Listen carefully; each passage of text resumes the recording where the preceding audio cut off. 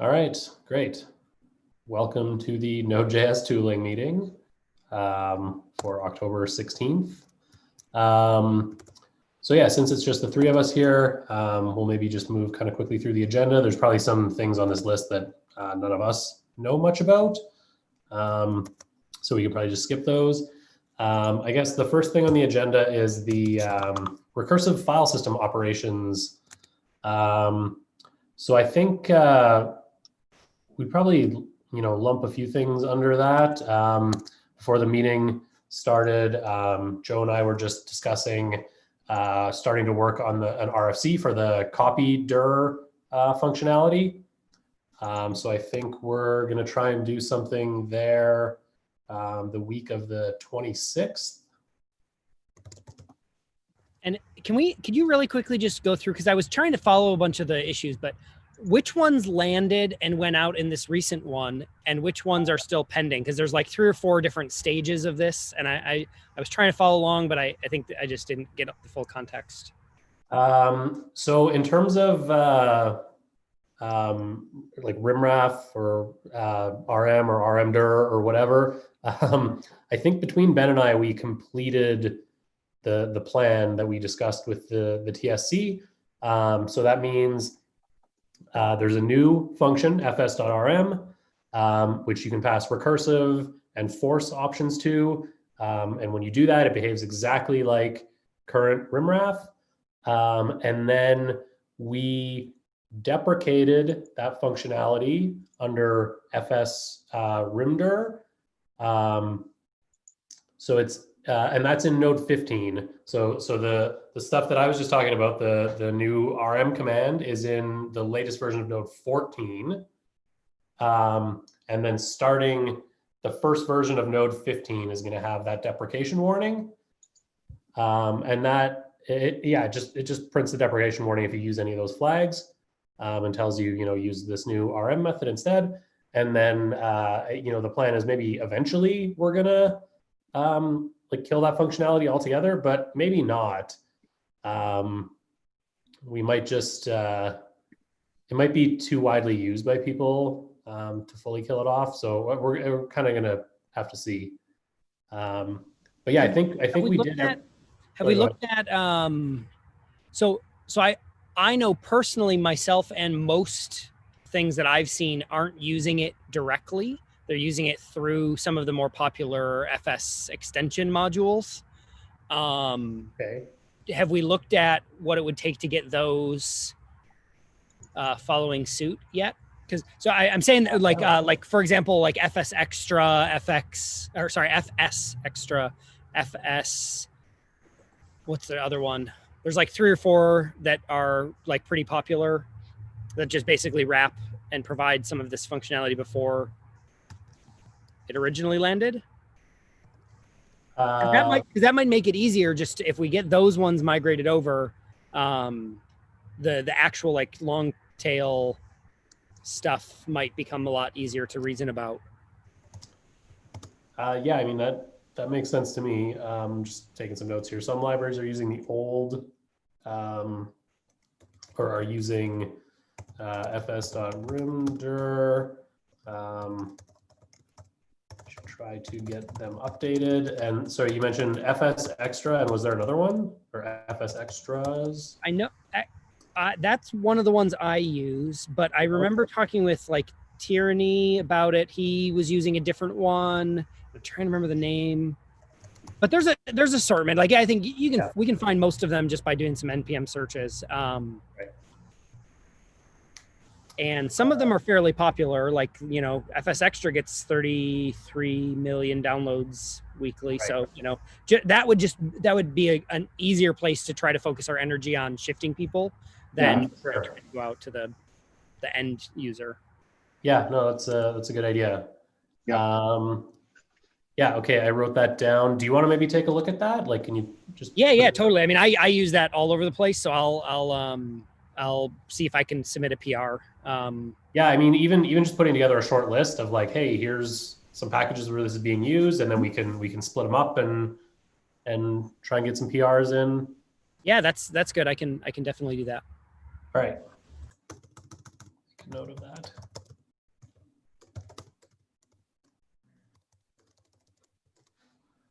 Okay. I don't think there's anything else.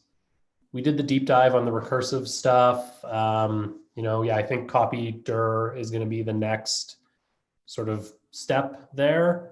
So I don't really think there's much else to talk about on that front. Hopefully by next meeting we can have like at least a rough RFC together, and then we can maybe discuss that. Okay, what else do we have here? Foreign function interface. I don't really know anything about this one. All right, I think we'll just skip that one for now. Deep dive meeting proposals. Actually, I closed this issue. I closed a few. It was one of the things we talked about last time, was just kind of like combing through some of our issues. So I closed a few that were like done or like definitely not going to be done.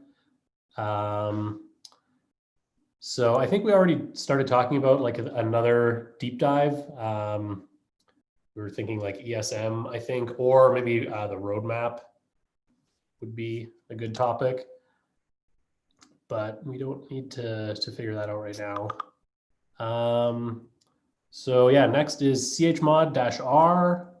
And Darcy was working on that, and Ben, I think, and neither of them are here. So yeah, Darcy sent a message to the meeting issue that he wasn't going to be able to make it, or he would at least be late.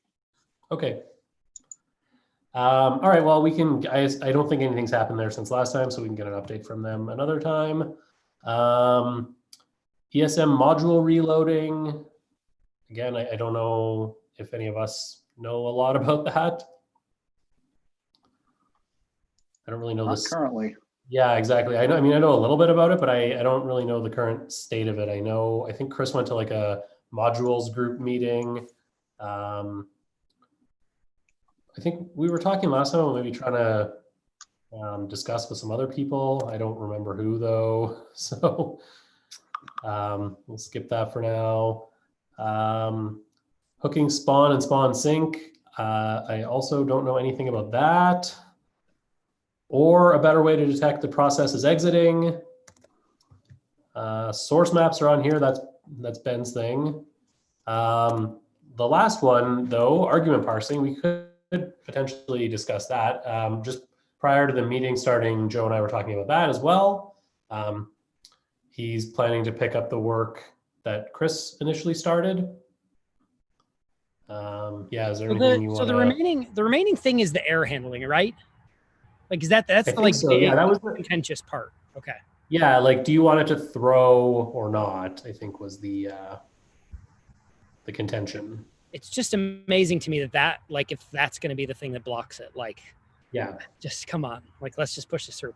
So the two proposals that I've read, and maybe there's more, but the only ones I know of are one is populate like an errors key, and then not throw. And then the other one is throw. Is there any good, like, did somebody break down the big, like a point by point breakdown of like what the different points are on the different sides of this? We actually, I think we got pretty in depth on that in the last meeting. I'm just gonna see if I can find the notes. Okay. I'm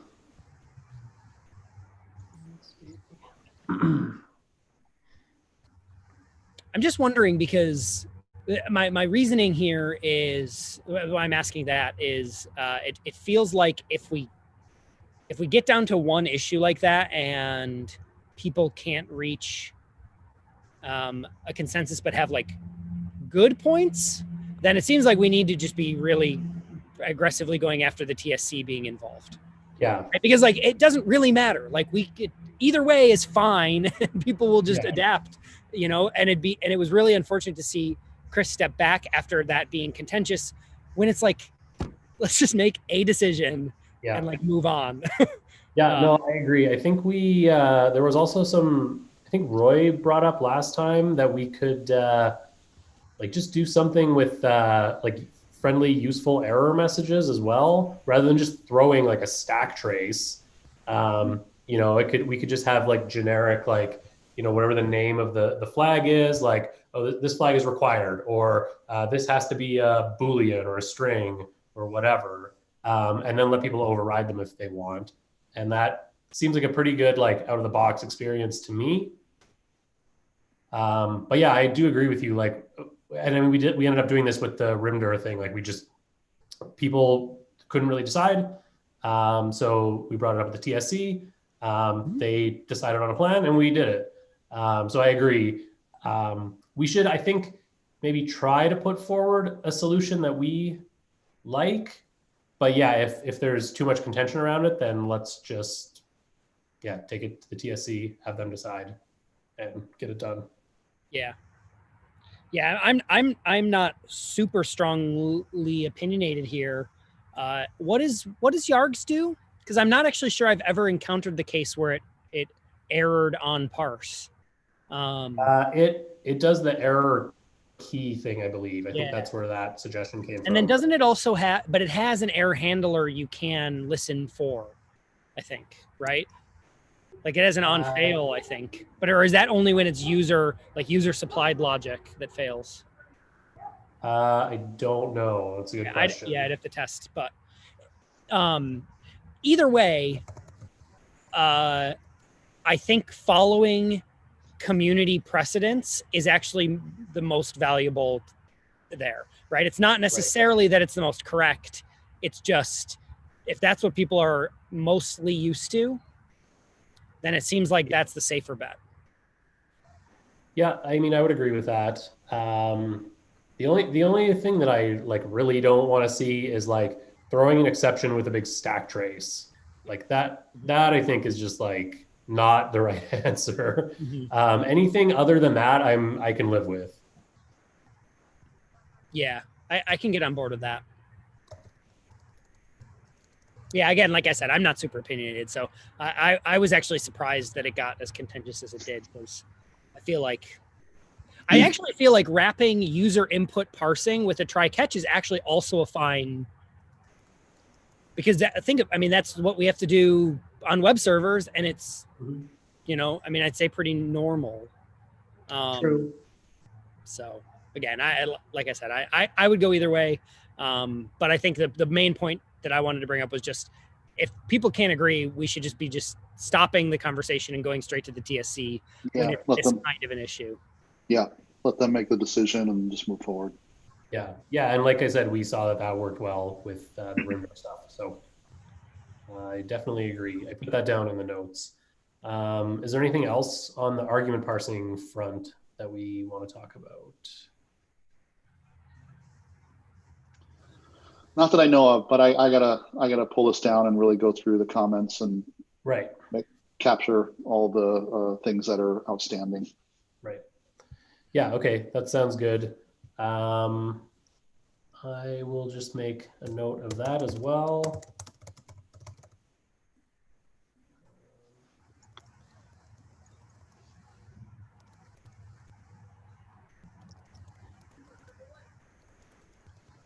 Yeah, okay, that's great. And I mean, yeah, you can always, if you have any questions or whatever, like just, there's the Slack channel. Otherwise, we can discuss at the next meeting as well. Cool, yeah, and Roy offered to help as well. So once I kind of get up to speed and have the code pulled down, I'll take a look at it and reach out. Yeah, it was him and Ben and Chris that kind of did like the bulk of the work on like coming up with that API. And stuff like that. So yeah, Roy would or Ben would be good to talk to. Cool. Okay, is there anything else that you guys want to talk about while we're here? Because that was it for the agenda. Since nobody from NPM is here, we should just mention NPM 7. The main line is out. They've already even got their first patch. So never trust a .0.0.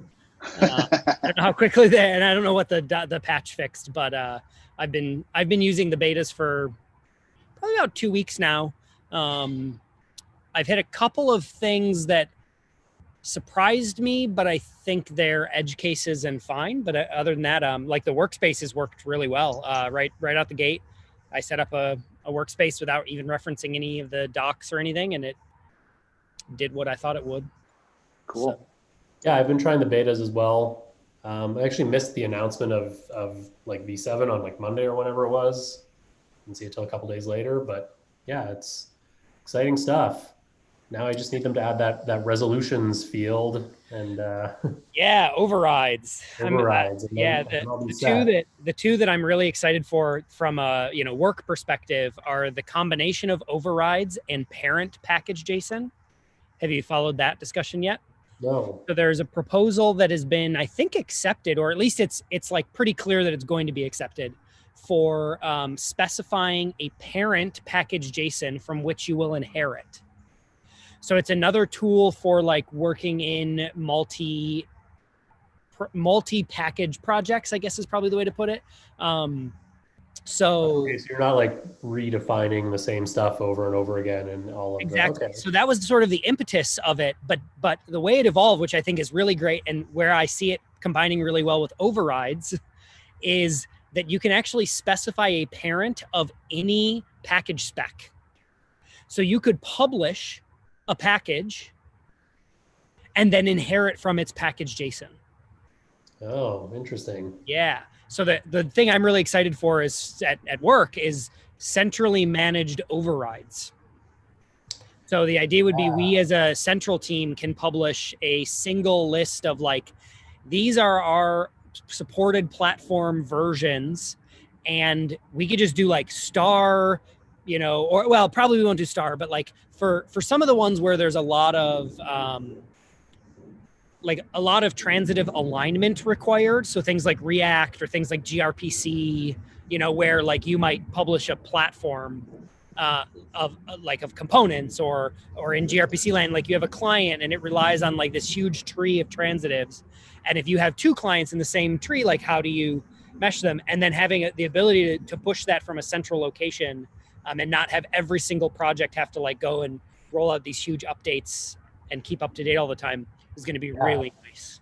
That does sound really nice. The big use case for us with resolutions is GraphQL. If you use different versions of GraphQL in your project or across projects, horrible things happen. It'll actually, if it's in the same project, it will like refuse to compile. Your code won't even run. So that's where we use it a lot. But yeah, being able to, and that's in like, that code's in like every project. So being able to like centrally say like, these are all the versions of GraphQL we're pinned to, and like Apollo packages or whatever, that'd be awesome. Yep. I think it sounds like that stuff. I think Roy alluded to the fact that that is maybe coming in like 7.1 or something. I think is what he said. So they said early, that's going to be the first, the overrides is going to be, I think, the first thing they work on after. And then the parent stuff, I think, is just, it's like, everybody agrees it's a really good idea and will be powerful. There's just a bunch of edge cases in that one that make it a little bit less clear, whereas the overrides is like, everybody's needed that. That's why so many people use Yarn. Like, yeah, exactly. The features that Yarn added were there for good reason. Right. Yeah, that's basically, those are the things like the things keeping us from switching away from Yarn were workspaces. And now the last thing is the overrides. As soon as that's in place, then yeah, I think we can make the switch, or at least seriously consider it. Right. Well, I mean, with the breaking change from Yarn 1 to 2, like, I think they left people in a lot of like limbo until NPM becomes feature parity, Yeah, well, so that's the thing too, is it's like, it's actually, it's as much or more work for us to upgrade from Yarn 1 to Yarn 2 than from Yarn to NPM. So we might as well seriously consider both of them now. So yeah, we haven't like fully decided yet, but yeah, kind of both options are on the table, which is nice. It's good to have some choice. I'm a big fan. That's the thing that I think is great about the scenario right now is the competition is good and driving forward. My worry is that we're going to just reintroduce another huge fracture like we've had in the past with Yarn supporting these features and NPM not. and get back to a place where it becomes you get locked in super strongly to one or the other, which is what Yarn 2 really does. Like, once you go the Yarn 2 route, you're pretty well locked in there. Without, I mean, I guess you can always migrate, but like making the changes that are required to support PNP, like it's enough that I think it's going to be a barrier. I'd really like to see more collaboration there. And I know the PPM. I'm like, I knew it was. It got a new name though, because that wasn't available on NPM. Right. I think it's called Core Pack now. So Core Pack, I think, is really interesting because it's going to it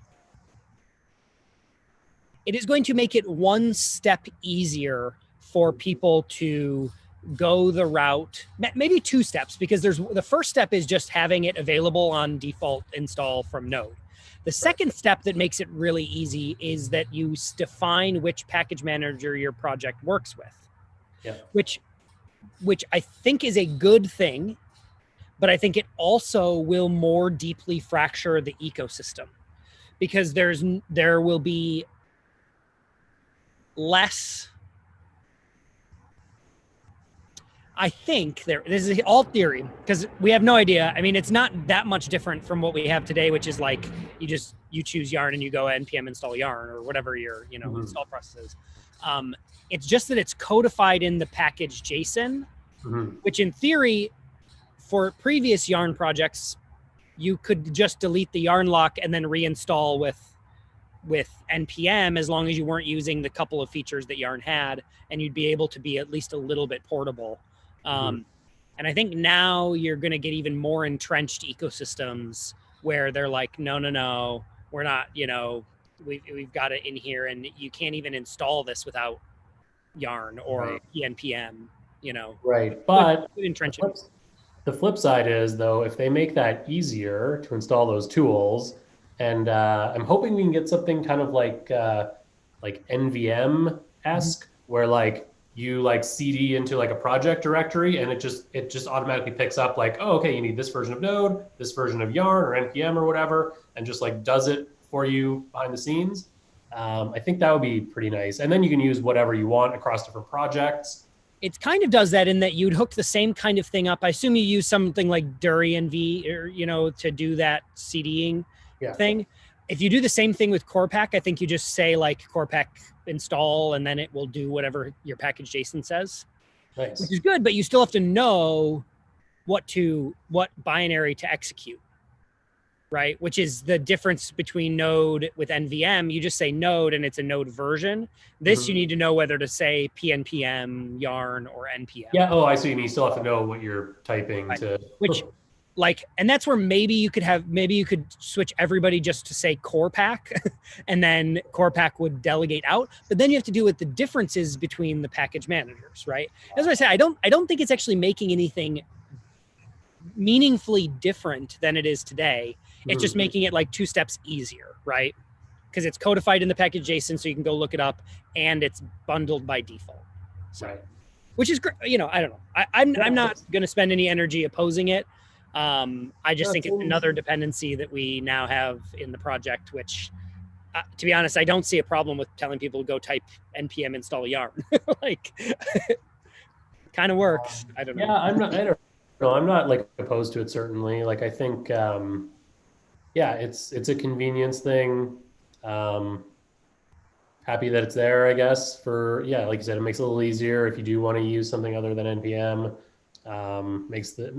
Levels the playing field a little bit, where, before npm was the only thing that shipped with Node. I push back on that. Don't get me wrong. I think we need to remove the entrenched, the preference we give to npm, but I don't think we're actually making it. I don't think we're leveling the playing field. npm is now owned by GitHub. Like, you're not leveling the playing field. Yarn is still a single maintainer. PNPM is still a single maintainer. There's no leveling happening here. Leveling would be as if we took a lot of the work that those 3 package managers are doing and made that a feature of Node. And then all they would have to maintain is the little differences they wanted on top of it, right? Or like to me, that is leveling the playing field. Having some core package manager features built into the platform, like Go has done, not to say that that's like we should go at the same direction they did, but like that makes it actually a level playing field. What we have today is just like, well, we couldn't figure out how to really do it right, so we just like ship stubs for yarn and PNVM, and it's like still not, you know, and GitHub still owns the registry. Like until we fix that, I say fix, until that changes, there's no leveling of the playing field. Like, by the way, we're still streaming too. Just oh yeah, I've publicly talked about this. I know. I'm not saying it's bad, you know, per se. It's just like it's sort of a false dichotomy to say by introducing some shims and making it easier for people to install yarn and PM, we suddenly leveled the playing field. It's like, yeah. Well, I mean, in one aspect, in that they are now all shipped with Node, sort of. There's parity, but yeah, I agree with you. There are much larger sort of issues there as well. Yeah. Anyway, that's sort of a tangent to end on. Yeah. Sorry. But yeah, NPM 7, very exciting. Yeah, lots of good stuff. By the way, I thought I'd just add I put it in the meeting notes, but Darcy responded to a message about that one issue. Nothing has happened there. He's pretty overloaded at work and would be happy if somebody else wanted to pick it up. That's the shmodr. Yeah. All right. Well, we'll put it on the list of recursive stuff. And yeah, if anyone wants to pick it up, it's great. But yeah, I think like for me, my focus is going to be on the copy dir one. I think that's like higher impact. So I'm going to try and tackle that first, but eventually we will get to all of these, hopefully. Yep, sounds good. Hey, I guess another thing that I kind of that's been on my mind, I don't know if you guys know anything about this though, is the promise API in FS. I've tried to use it a few times, and like for some reason, like more than half of the file system operations are not in there. Like it's only like a tiny subset of them. And I don't really know why. I assume there's some kind of reason. It just seems weird to me that I don't know, it's hard to use because not everything is there. And then it also, more and more these days, seems weird that it's not like the default. You have to use like fs.promises, whatever. So that maybe falls a little bit outside of this group because I know there's an FS group. But yeah, I mean, I would really love, from a tooling perspective, I would love for that to be better. So I think there's a few problems, right? That with it being the default, depending on what you're doing, like if you're trying to do a high performance web server that also has like some file serving, you definitely don't want to be doing the promise APIs, right? You want to be using the streaming APIs because they're going to be able to stream directly to the socket. Right. And then you don't have the like memory overhead of loading a massive video file. So I see why they're maybe not default. And I say default sort of in quotes but it does seem like the dot promises is making it just so very clearly secondary. And I think that is something that I could totally get on board with, you know, changing in the future. Yeah, but I think that was sort of a decision that was made a while ago. And I think a lot of those that are, you know, updated, quote unquote, to use promises, that's like the pattern that was decided. And I looked at this a while ago and was looking at doing more of the promise API work. But yeah, so I don't know. I think that's kind of the pattern that folks landed on. Yeah, and I mean, I get that. That makes sense. It's, I guess, is it always going to be that way? You know, does there ever come a point, you know, where maybe that should be the default version? Like, it just seems very weird to me that, you know, the default, like if you're not adding sync onto the end of the method or whatever, the default behavior is callbacks. Like that's not really very current. I get that there are reasons why you want to use them sometimes. It's just, does that pattern make sense forever? I would say probably not. But yeah, it would be on that. One thing that might be interesting to propose is to do sort of a layered API. So we're talking about this in the Web Server Frameworks team about how we can both satisfy the low level performance requirements and you know, when you're a power user, you might expect something a little bit lower level and you might need that for a certain reason. Balance that with the end user use case, where oftentimes an end user is just like, I don't want any of that. I want the like very simple API, even if the performance sucks, right? Because they're just using it for some example code. And so what we're proposing is a 3-tiered API where we have like the foundational pieces. We have like a core layer is what we're kind of calling it right now, which is like the lower level things. And then that has some pluggability to where on top of it, we layer the thing that the end user would use. And so like a framework author might mix and match between the two higher levels, but like an end user will almost never be on the core API. They'll be on we're calling it HTTP Next API. Right. So I wonder if there's maybe a way where we could maybe pull out the FS and have like FS promise, or, you know, maybe something as a separate top level module that actually layers, that imports the underlying FS or something. You know what I mean? Like how we're trying to think about the layering. Right. But because, yeah, I do agree that like, I think the promise-based versions of this stuff is what most end users probably do want, you know, especially from a tooling perspective. Like if I'm writing a script or something like that, I'm going to just end up using the sync version of something probably because it's easier than importing the promise-based version. And maybe for a CLI, using those sync operations is fine, but definitely not in really anything else. I mean, even then it depends, because a lot of libraries I write which expose CLIs are also used in contexts where they're imported, right? So like we have some security libraries at work where the underlying implementation is used both in the CLI and in web servers. And so you just can't use the sync file APIs in that case, but you do want to use the promise APIs, like, you know, because it's an end user thing. They're not, you know, it's not like they're writing a high performance file server. They're writing like one file and then reading the same file, right? And like in that case, you definitely are going to use a promise API. And it does seem like that we're making those people jump through hoops, right? Unnecessarily. Yeah.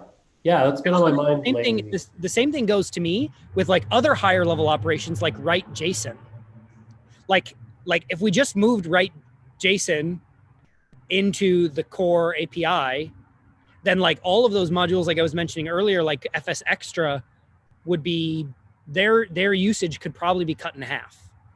Because it's like those kind of like high level APIs that are the ones that people use those packages for, right? And we're already working on filling those gaps, the recursive operations. But like really the only reason I use FsExtra is because I'm writing and reading JSON files all the time. And I don't want to, it's just easier to, you know, import that. It already does the promise. It only imports the promises API from core and then re-exports it. So everything's already promises. And then I get these extra couple sugar methods like read JSON, write JSON, you know, ensure file, kind of, you know, like these things where it's like the higher level operations you really need to do as a tooling creator, right? Like make all the directories in between and write the file when you're done, right? Yeah, that was the thing that Tierney brought up on, Yeah, I mean, definitely, I mean, that's the kind of stuff that we're supposed to be doing, I think, right? Like filling those gaps. So I'm glad I'm not the only one who had been thinking about the FS promises. Every time I have to import it, I oh, I forgot. Why? And then I try and use something and it's like, oh, that isn't implemented. I don't get it.